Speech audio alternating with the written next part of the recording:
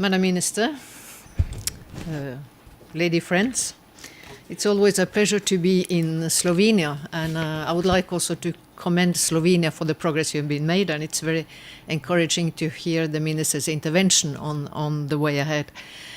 This is a time where we commemorate quite a lot of things. We commemorated the other day the 25th year of the fall of the Wall of Berlin. I am convinced, but this is just a personal opinion, that if there were more women in politics in the 60s, this wall would never have been built. So when we came 25 years later, women were more present. We also commemorate the Beijing platform, which was a big undertaking at that time. I remember well 20 years ago that this was really the conference everybody was looking forward to and had very high hopes for. But important political documents were adopted at the conference, and at the time, representative of 189 governments hammered out commitments that were historic in scope. Today, the Beijing Platform of Action is the fundamental international instrument for implementation of women's rights and empowerment, and it's binding for all European states, which is a very strong commitment. 20 years has passed since our landmark agreements in Cairo and Beijing, and much remains to be done. Of course, Rome was not built in one day, so we have perhaps to be a little bit patient. But just to be clear, as the minister said, referring to Hillary Clinton, women's rights are human rights. And our legal and political commitments to gender equality aim for nothing less and nothing more than women's full enjoyment of their human rights. So far, despite 20 years, we have been able to achieve the UN Millennium Goals, which expire next year. Our Prime Minister, the Norwegian Prime Minister, Ms. Erna Solberg, co-chairs the advocacy group for the Millennium Development Goals, which is seeking to give a final push to complete the unfinished business. Together with the chair, Mr. Paul Kamame, they have set the security of schoolgirls and education for girls as one of the main priorities. One thing in Europe, but we can look a little bit around on the globe, and the abduction of 200 schoolgirls in Nigeria has led to increased awareness that schools, even schools, are not always safe place for children in conflict areas. As we waste time in implementing the Millennium Goals, stress must be placed on the fact that women and girls make up a majority of those who still lag behind. We have to realize that gender equality will not follow automatically from poverty alleviation and economic development. Rather, we have to start on the other end and recognize that gender equality and women's empowerment is in fact a prerequisite for social and economic development. I think that everybody who has been working in development cooperation see that giving women education and empowerment really pays.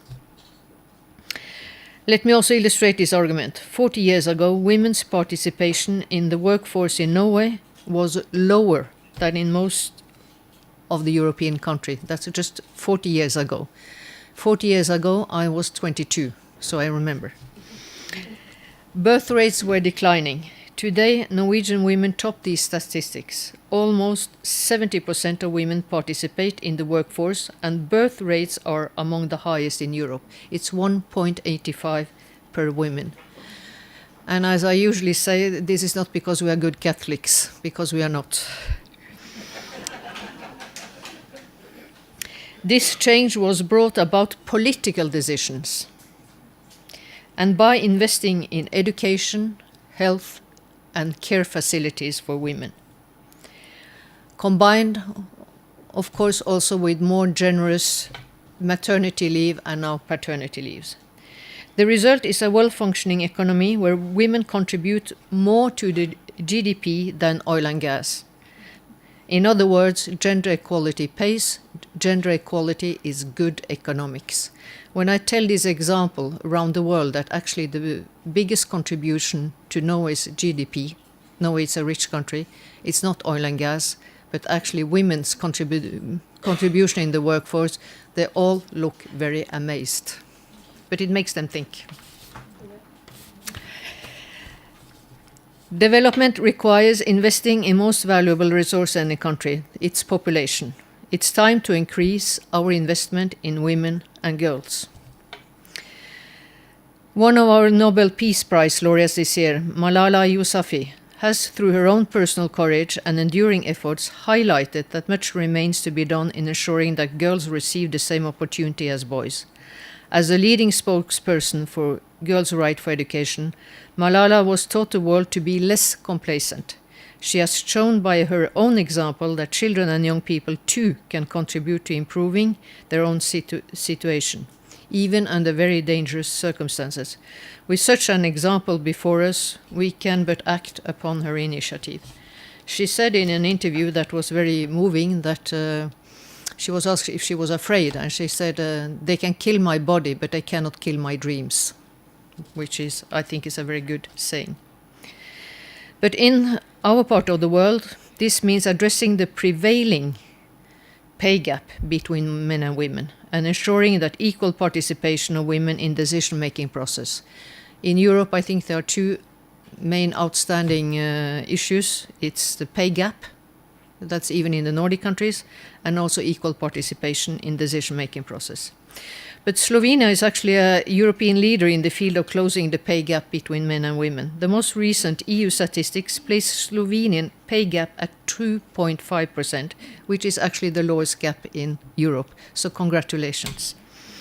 This is really a good achievement from which we all should learn. Ensuring women's equal participation in decision-making has likewise progressed all over in Europe. Before the fall of communists in 1990, the share of women in Slovenia delegates assembly was 24%, as far as I know.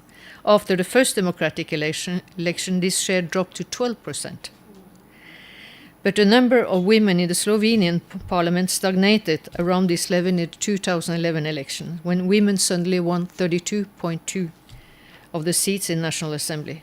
Since then, the rate has only increased, with 35% women in the Slovenian parliament after the election this summer. So you're almost at the 40%. So congratulations again.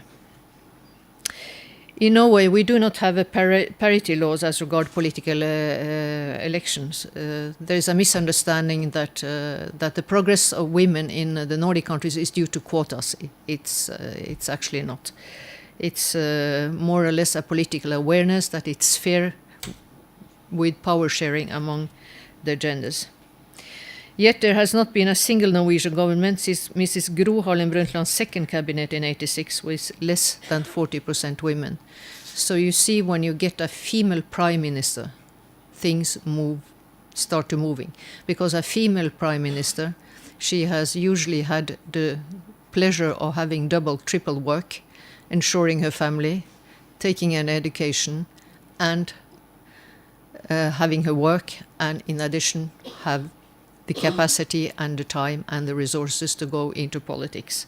So when she came to power, very much changed, and I think that the reason why Norway is at the top of many of these gender equality statistics, she was the first to initiate this progress.